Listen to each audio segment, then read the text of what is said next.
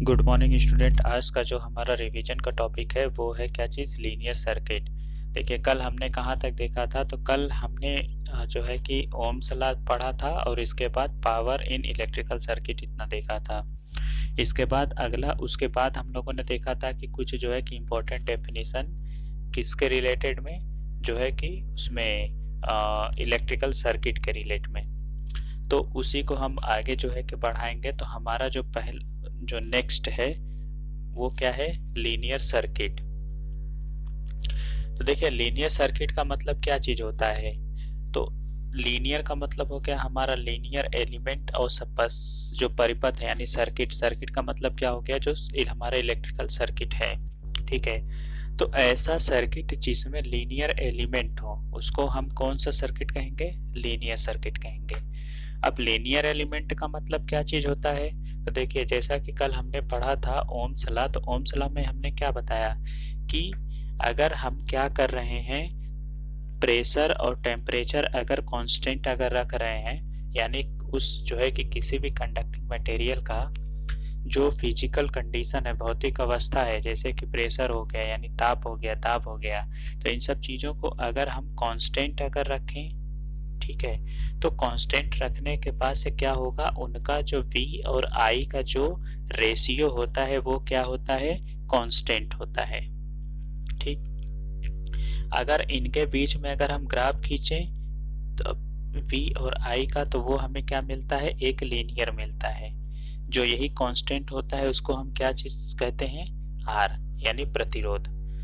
तो उस केस में क्या हुआ, तो वहां पर हमने देखा कि दो चीजें हो सकती हैं। अब जो कंडक्टिंग मटेरियल होगा, तो कंडक्टिंग मटेरियल वाले केस में क्या होगा, मतलब ये है कि अब जो जो हमारा कंडक्टिंग मटेरियल होगा, कंडक्टिंग मटेरियल दो चीजें होंगी। पहला क्या चीज होगा, या तो जो है कि ओम्स लॉ को फॉलो करेंगे, या तो फिर क्या करेंगे, डज नॉट फॉलो करेंगे, मतलब उनको जो है फॉलो नहीं करेंगे। तो ऐसा एलिमेंट जो ओम्स लॉ को फॉलो करता है, ठीक है, उसको हम क्या बोलते हैं, लीनियर एलिमेंट। ठीक, और जो ओम्स लॉ को फॉलो नहीं करता है उसको हम क्या बोलेंगे, नॉन लीनियर एलिमेंट। ये क्या होगा, नॉन लीनियर एलिमेंट। तो अब जो ओम्स लॉ को फॉलो कर रहा है वो हमारा क्या कहलाएगा, लीनियर एलिमेंट, और जो ओम्स लॉ को फॉलो नहीं करेगा उसको हम क्या कहेंगे, नॉन लीनियर एलिमेंट। ठीक, तो ऐसा सर्किट जिसमें क्या होता है, लीनियर एलिमेंट होते हैं, उसको हम क्या कहेंगे, लीनियर सर्किट। और लीनियर एलिमेंट में कौन से होते हैं, कैपेसिटर हो गया, रजिस्टर हो गया, इंडक्टर हो गया। तो इस टाइप का जो सर्किट बनेगा उसको हम क्या कहेंगे, लीनियर सर्किट। अगर इसको हम डिफाइन करें तो डिफाइन करने का मतलब क्या है कि ऐसा सर्किट जिसके एलिमेंट में करंट और वोल्टेज का कोई बदलाव नहीं होता है उसको हम क्या कहेंगे, रेखीय परिपथ कहते हैं। करंट और वोल्टेज का बदलाव ना होने का मतलब क्या चीज हुआ, करंट और वोल्टेज का बदलाव ना होने का मतलब ये हुआ,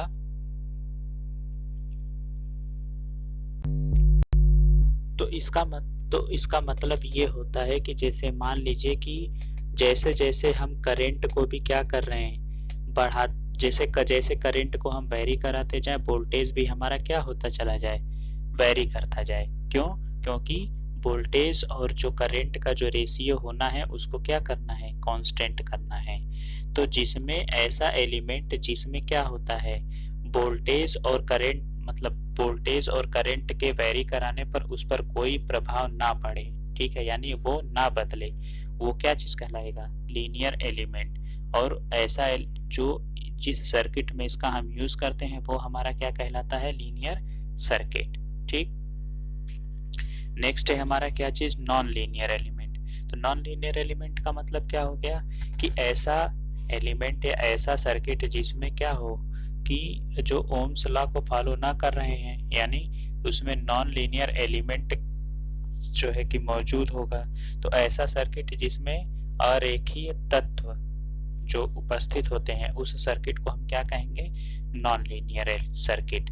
ठीक, अगर हम इसको डिफाइन करें तो ऐसा सर्किट जिसके एलिमेंट में धारा और वोल्टेज के कारण बदलाव आते हैं उसको हम क्या कहेंगे, नॉन लीनियर सर्किट। ठीक है, तो अगर इसमें हम सर्किट की अगर बात करेंगे तो जैसा कि ग्राफ में अगर देखा जाए, इस डायोड का अगर हम लोग V और I ग्राफ अगर खींचते हैं तो कुछ इस टाइप का मिलता है। तो इस केस में क्या होगा कि वोल्टेज और करंट अगर इन दोनों में परस्पर अगर हम बदलेंगे तो V और I का जो रेशियो होगा वो हमें क्या होगा, कांस्टेंट नहीं मिलेगा। तो ऐसा सर्किट जिसमें नॉन लीनियर एलिमेंट का हम यूज कर रहे हैं उसको हम बोलेंगे नॉन लीनियर सर्किट, या फिर जो है कि जिसमें धारा और वोल्टेज के कारण बदलाव आते हैं। ठीक है, तो उस टाइप का जो सर्किट होगा उसको हम क्या कहेंगे, नॉन लीनियर सर्किट। एग्जाम्पल के तौर पे डायोड का हो गया, ट्रांजिस्टर का हो गया, तो इस टाइप के जो एलिमेंट होंगे उनको हम क्या बोलेंगे, नॉन लीनियर सर्किट। फिर नेक्स्ट है हमारा नोड।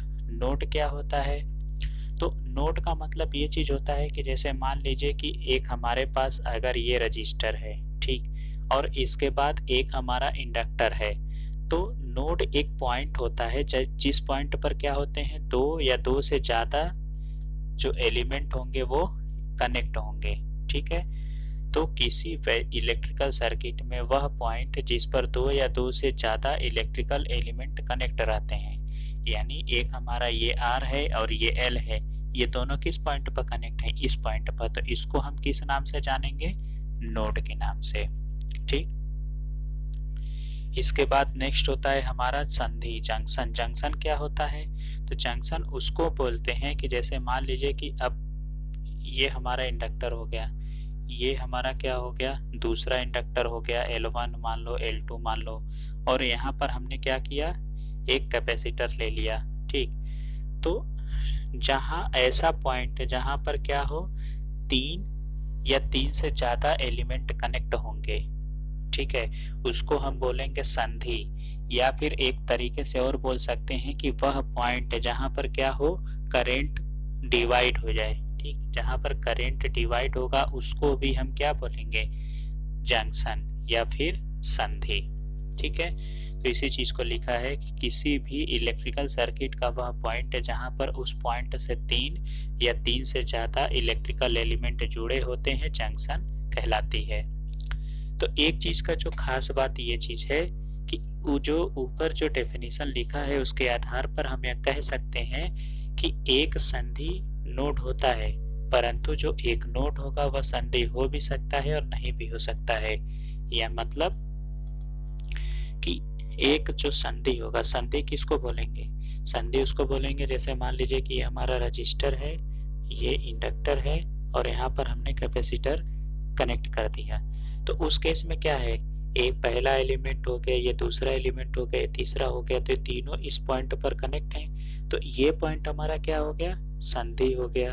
ठीक है, ये हमारा क्या हो गया, संधि यानी जंक्शन।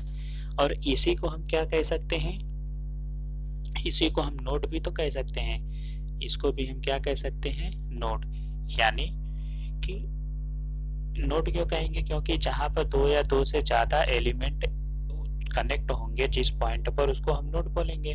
तो यहाँ पर तो इस पॉइंट पर दो या दो से ज्यादा यानी तीन एलिमेंट कनेक्ट है, तो ये नोड भी हो गया और ये जंक्शन भी हो गया। ठीक है, तो देखिए एक जो जंक्शन है, ठीक, वो हमारा नोड हो गया, लेकिन अगर यहीं पर केवल मान लीजिए कि अगर वो इंडक्टर होता और एक अगर रजिस्टर अगर होता और इस पॉइंट पर कनेक्ट होता, तो क्या हम इसको जंक्शन कह सकते हैं, ये जंक्शन नहीं होगा। ठीक है, ये संधि नहीं होगा, लेकिन क्या ये नोड होगा, तो हाँ ये नोड होगा। ठीक है, तो ये नोड हो गया। तो उसी चीज को लिखा है कि एक जो जंक्शन है वो नोड होता है, लेकिन एक नोड जंक्शन हो भी सकता है और नहीं भी हो सकता है। ठीक, नेक्स्ट है हमारा मेश। मेश का मतलब क्या चीज होता है, लूप। इसका और क्या मतलब होता है, लूप। तो ये क्या होता है, देखिए कोई इलेक्ट्रिकल सर्किट है और उस सर्किट में एक जो अकेला बंद परिपथ होगा, ठीक है, एक जो अकेला बंद परिपथ होगा उसको हम क्या बोलेंगे, मेश बोलेंगे। जैसे मान लीजिए कि अगर ये हमारा एक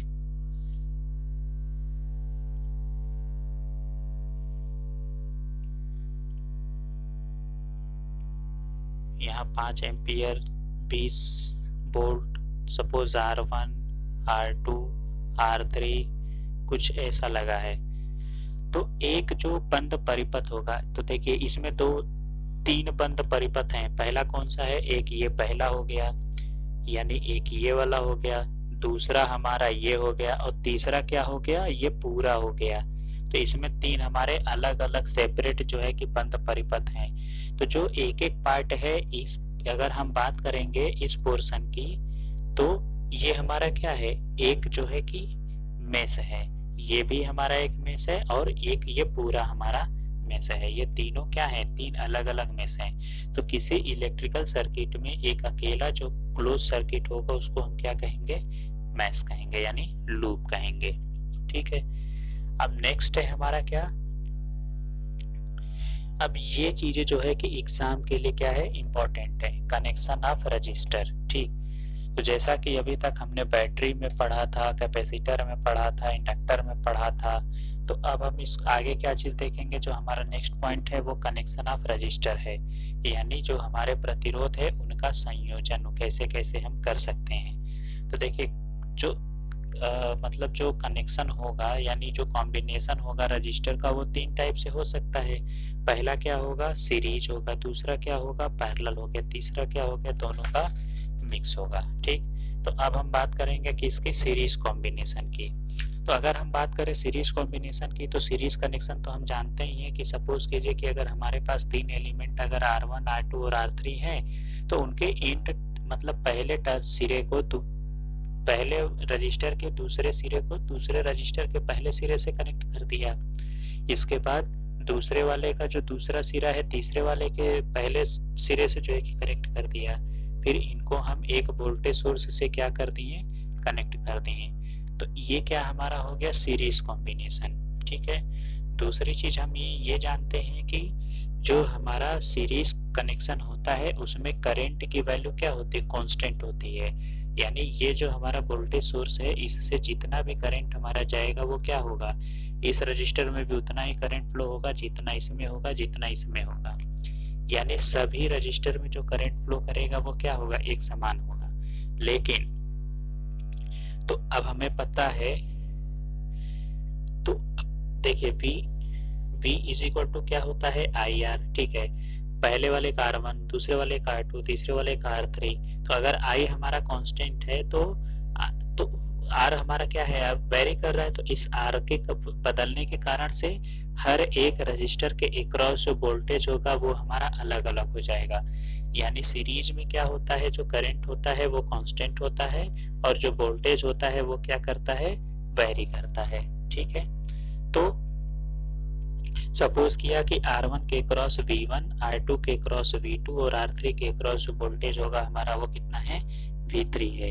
ठीक है, तो उसी चीज को लिखा है कि सपोज किया कि R1 R2 R3 एक सीरीज जो रजिस्टर है वो सीरीज में जुड़े हैं, अर्थात प्रतिरोध R1 का दूसरा सिरा R2 के पहले सिरे से, R2 का दूसरा सिरा R3 के पहले सिरे से, और इस प्रकार का संयोजन जो कहलाएगा वो हमारा क्या कहलाएगा, सीरीज में। तो अब सपोज किया कि जो सर्किट का, कौन सा सर्किट, जो हमारे यहाँ ऊपर जो सर्किट है ये, इस सर्किट का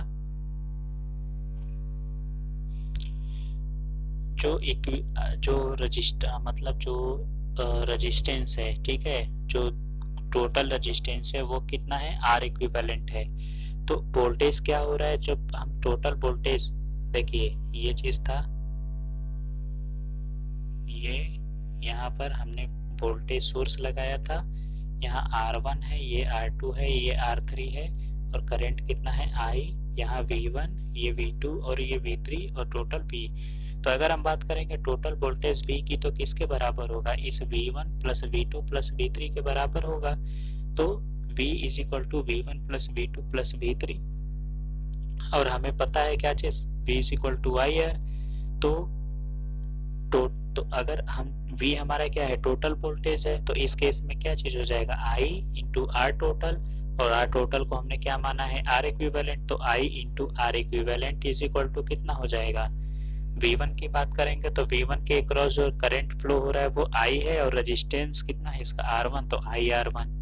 इसमें भी करंट I फ्लो हो रहा है और रेजिस्टेंस कितना है R2, तो IR2। यहाँ पर भी करंट I है और रेजिस्टेंस कितना है R3, तो IR3। तो I तीनों में कॉमन है, तो यहाँ से क्या हो जाएगा, I को हमने कॉमन ले लिया, तो इस I से ये I कैंसिल हो जाएगा, तो बचेगा कितना, R equivalent is equal to R1 plus R2 plus R3।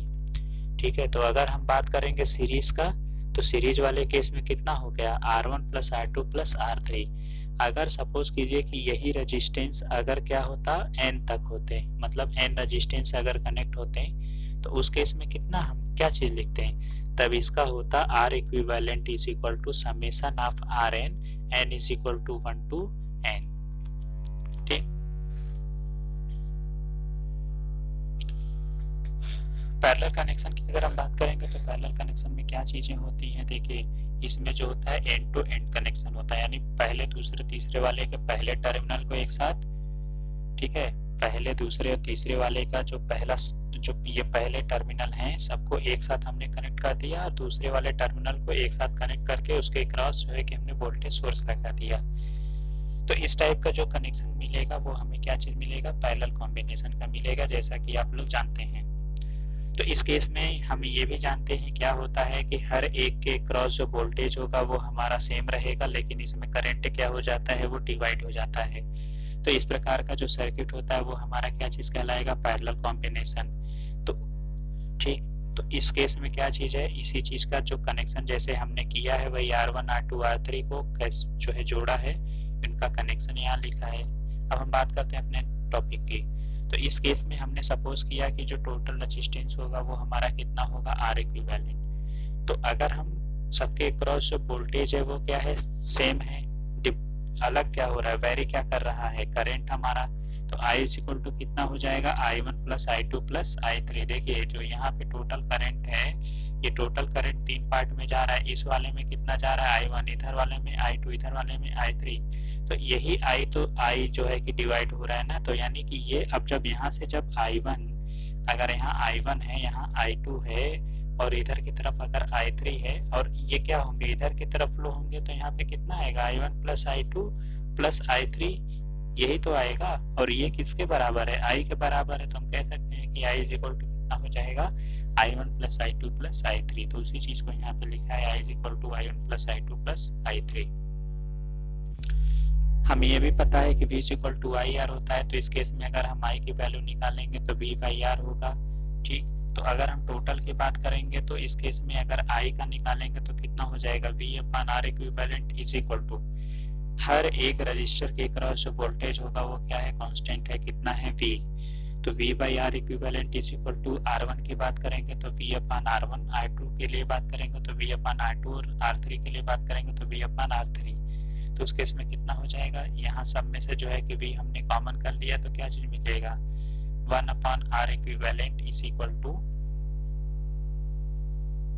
मतलब V कॉमन कर लिया तो इस V से V हमारा ये कैंसिल हो जाएगा, तो उस केस में क्या चीज मिलेगा, 1 upon R equivalent is equal to 1 upon R1 plus 1 upon R2 plus 1 upon R3। तो ये हमारा जो है कि कॉम्बिनेशन है किसका, पैरेलल कॉम्बिनेशन में। ठीक है, तो बस आज के लिए इतना ही, कल हम जो है कि न्यूमेरिकल देखेंगे इसका।